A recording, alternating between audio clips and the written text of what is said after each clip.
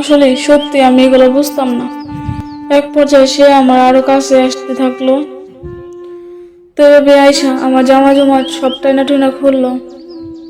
আমি তো তখন ভয়ে অজ্ঞান হয়ে গেলাম। আসলে সত্যি আমি এগুলো বুঝতাম না। এক পর্যায়ে সে আমার আরো কাছে আসতে থাকলো। তো এভাবে আয়সা আমার জামা জমা সব টাইনা টুনা খুললো। আমি তো তখন ভয়ে অজ্ঞান হয়ে গেলাম। হ্যালো বন্ধুরা, আজকে আপনাদেরকে আরও একটি অসহায় নারীর জীবনের গল্প শোনাবো। যারা অনলাইনে জীবনের গল্প শোনেন, আজকের এই গল্পটি সম্পূর্ণ ব্যতিক্রম। এই গল্পটি শুনলে আপনি বুঝতে পারবেন একজন নারী বেশি লোভ করলে, মা বাবার কথা অমান্য করে বিদেশে গেলে কি করুণ পরিণতি হয়। একটি বাস্তব জীবনের ঘটনা। কেননা আমরা অনলাইনে কোনো মিথ্যা প্রচার করি না। মিথ্যা প্রচার করলে আমাদের নামে মামলা হবে। তা যাহা প্রচার করি, সত্য প্রচার করি। তবে আজকের গল্পটি শুনলে আপনার চোখের পানি ধরে রাখতে পারবেন না, চোখ দিয়ে কান্না চলে আসবে। তাহলে চলুন সকলে মিলে গল্পটি শুনি। আসসালামু আলাইকুম আমার প্রিয় ভাই ও বোনেরা। আমি একজন মুসলমান নারী। আপনারা হয়তো বলতে পারেন যে আপনি কেন ক্যামেরার সামনে এসেছেন। ভাই ও বোনেরা, আমার জীবনের ঘটনাটি আমি সবার কাছে শেয়ার করতে যাচ্ছি। তো আপনারা আমার গল্পটি মনোযোগ সহকারে শুনবেন। আমার এই গল্পটি 100% সত্য ঘটনা, কেউ মিথ্যা বলতে পারবেন না। আমার বাড়ি হচ্ছে রাজশাহী। একটি গ্রামে আমার জন্ম, গ্রামে আমার বেড়ে ওঠা। আমাদের পরিবারটা হচ্ছে কৃষক পরিবার। তো আমরা 7 বোন ছিলাম। আমাদের কোনো ভাই নেই। এখন বলতে পারেন আপনারা যে আপনাদের ফ্যামিলি এত বড় কেন।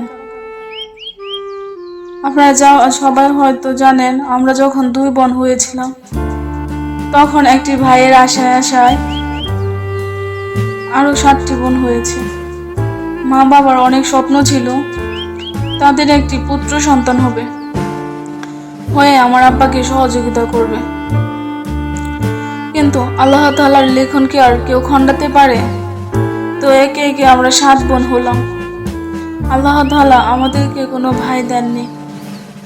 এই অভাবের মধ্য দিয়ে আমরা কোনো রকম বড় হয়েছি। বাবা হচ্ছে দিনমজুর, মাটি কাটার কাজ করে। একদিন করলে 3 দিন থাকে না কাজ। বুঝেনি তো গ্রামের কাজে মাটি কাটা। কিন্তু আমার আব্বার শারীরিক অবস্থাও কিন্তু ভালো না, তাই সে প্রতিদিন কাজও করতে পারে না। এজন্য আমরা যেহেতু 7 বোন ছিলাম, কোনো রকম খায়া না খায়া আমাদের দিন কাটাইতাম। আমরা বড়রা যারা আছে অনেক সময় না খাইতাম, ছোটরা খাওয়াইতাম। চিন্তা করতাম সব সময় যে আমার ছোট বোনগুলা বড় হোক, কেননা বড় বোন তো মায়ের সমান। তো এইভাবে আমার দিনগুলো পার হচ্ছিল। তো হঠাৎ করে একদিন এক নতুন ঘটনার সৃষ্টি হলো। তো আমাদের গ্রামেরই এক চাচা ছিল, সে বিদেশে লোক পাঠাতো। তো হঠাৎ করে একদিন ঢাকা থেকে আয়সা আমাদের বাড়িতে এলো। তো সে এসে আমার আম্মাকে বলল, ভাবি ভাবি কোথায় আছেন? উনি বলতেছে, ভাবিকে কতদিন ধরে দেখি না। ভাবির সুন্দর চেহারাটা কাজ করতে করতে নষ্ট হয়ে গেছে। ভাবি, আপনার চেহারাটা এভাবে নষ্ট করে ফেলালেন, আপনার বয়স আর কতই বা হবে। তো এইভাবে বিভিন্নভাবে অনেক কথাবার্তা বলতে থাকলো উনি। তো আমি ওনার কথাগুলো শুনে অনেকটা অবাকই হলাম। মনে মনে চিন্তা করলাম যে একজন মানুষ এত সুন্দর করে কিভাবে কথা বলে। তখন আমার আম্মা বলল, তুই তো জানিস না তোর এই চাচা বিদেশে লোক পাঠায়, দালালরা একটু চাপাবাজি হয় বেশি, ওরা কথা পারে বেশি। তো তখন আমি আমার মায়ের কাছ থেকে এই কথাগুলো জানতে পারলাম। তো আমার আব্বাকে আগলা করে ডাইকা নিয়ে দালাল চাচা আমার আব্বার সঙ্গে কথা বলতেছে। তো আমিও উকি দিয়ে শুনতেছিলাম যে কি কথা বলতেছে। একটু একটু শুনতে পেলাম যে তোমার মেয়েকে বিদেশ পাঠাও, তাহলে লক্ষ লক্ষ টাকা ইনকাম করতে পারবো। তোমাদের ঘরে আর অভাব অনটন থাকবে না, তোমরা সুন্দর করে জীবনযাপন করতে পারবা। তোমার মেয়েগুলোকে ভালো জায়গায় বিয়ে শাদী দিতে পারবা। তোমার মেয়েও তো কম না, 7টা, একটা পাঠায় দিলে না কি আর হইব। তো ওইভাবে ওই দালাল লোক বা আমাদের চাচা অনেকভাবে বোঝানোর চেষ্টা করলো আমার আব্বাকে। বুঝিয়ে আমার চাচা ওইখান থেকে চলে গেল। দালাল চাচা চলে যাওয়ার পরে তো আব্বার সাথে রাতে আলোচনায় বসলাম। তো আমি বলতেছি, আব্বা আমি বিদেশ যাব, আমি বিদেশে গিয়ে লাখ লাখ টাকা কামাবো, আমাদের এই অভাব আর ভালো লাগে না, আমি বিদেশ যাবই। তো আমার আব্বা আমাকে নানাভাবে মানা করলো। দেখ মা, আমরা গরিব মানুষ, আমাদের এত বড় স্বপ্ন দেখতে নাই। এরপর আবার গ্রামের মানুষ নানান জনে নানান কথা বলবে, আমার নাক মুখ কাটা যাবে। আমি শুনে বললাম, আব্বা আপনি এটা কি কই? মানে গ্রামের মানুষ কি আর তোমার টাকা দিয়ে যাইব? তোমার সংসার তো তোমারই চালাইতে হইব। কেডা কি কইব এটা লয়ে বয়ে থাকলে কি আর হইব? এই যে আমরা 7টা বোন হইছি, আমরা কি বিয়ে দেওয়া লাগতো না তোমার? না ঘরের মধ্যে খুঁটি দিবা? তো আমি রাগে বললাম, চৌষট্টি টেহাই তো কামাই তার না, ভাতই খাওয়াই তার না, বিয়া দিবা কিনতে? গ্রামের মানুষের কথা শুনলে কোনো লাভ নাই, আমি বিদেশ যাবই। এই ধরে আমি বায়না ধরলাম। তো তখন আব্বা রাতে দালাল চাচার বাড়িতে গেল। বাড়িতে গিয়ে আলাপ সালাপ করলো এবং কথা ফাইনাল করলো। তো আমি তো বিদেশ যাব, তো আমি তো পাসপোর্টই করি নাই। তো ওই দালাল চাচা পরের দিন সকালে এসে আমাকে নিয়ে গিয়ে জরুরিভাবে পাসপোর্ট করাইলো। তো এইভাবে 15 দিন যাওয়ার পর পাসপোর্ট যখন আসলো, তো ওই চাচা আমাকে নিয়ে ঢাকায় গেল। তো কোনোদিন আমি ঢাকা তো দূরের কথা, রাজশাহীতে যাই নাই। তো ঢাকা গিয়ে হঠাৎ করে আমার কলিজায় চিপা মারলো, কি জানি কি হয় আমার। তো এই ভয়টাই আমার সবসময় মাথায় ছিল। তো একটু মনে মনে সান্ত্বনাও পাচ্ছিলাম, যেহেতু তিনি আমার চাচা লাগে, তো ওনার সামনে হয়তো আমাকে কেউ ক্ষতি করতে পারবে না। তো এভাবে ঢাকায় 2 দিন থাকার পর তো আমাকে পরে সৌদি আরবে পাঠিয়ে দিল। তো এর মাঝখানে আমাকে মেডিকেল সবকিছুই করাইছিল। তো আমি সৌদি আরবের জাদ্দা এয়ারপোর্টে গিয়ে নামলাম। নেমে তো আমি পুরাই অবাক, মনে মনে ভাবলাম আমি কি বেহেশতে চলে এসেছি। তো এটা ভেবে আমার আনন্দই লাগলো, আর মনে মনে ভাবলাম আমাদের পুরো পরিবারটাই যদি নিয়ে আসতে পারতাম, কি আনন্দই না হতো। তো দুঃখে আমার চোখ দিয়ে পানি চলে আসছে। তো তখন মা বাবা আর বোনদের কথা এত বেশি মনে পড়ছিল, তো অঝরে চোখ দিয়ে আমার পানি পড়ছিল। তো আমি আমার চোখের পানি কিছুতেই আটকাতে পারছিলাম না। মনে মনে ভাবলাম, কেন এসেছি আমি এদেশে? আমার সমস্ত পরিবারের কথা খুব মনে পড়ছিল, কিন্তু আবার এটাও ভাবতাছি পরিবার নিয়ে বসে থাকলে তো আর চলবে না, টাকার দরকার। আমি টাকার বস্তা নিয়ে বাড়িতে যাব, পুরো ফ্যামিলির স্বপ্ন আমি পূর্ণ করব। তো এই চিন্তা করতে করতে হঠাৎ একটা প্রাইভেট কার এলো, এসে আমাকে নিয়ে গেল সোজা একেবারে মালিকের বাড়ির ভেতরে। তো গাড়ির মধ্যে উঠে আমি এত আনন্দ পাচ্ছিলাম, গাড়ির ভেতর এত ঠান্ডা, তো আমার কলিজাতে ঠান্ডা হয়ে গেছিল। আর বাড়িতে নেমে তো দেখি এটা তো বাড়ি না, মনে হয় যেন রাজবাড়ি।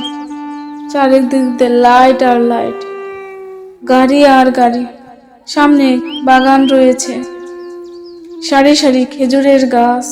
সব কথা তো আপনাদেরকে বলতেও পারতাছি না, এত ফলের গাছ মনে হয় যে এই দুনিয়াতেই নাই। এদের বাড়িতে যে গাছ রয়েছে, যাই হোক আমি তো এই বাড়িতেই এসেছি। আস্তে আস্তে এই সব কিছু তো আমিই দেখব, আমি তো সবকিছু দেখাশোনা করব, এগুলো মনে মনে ভাবতাছি।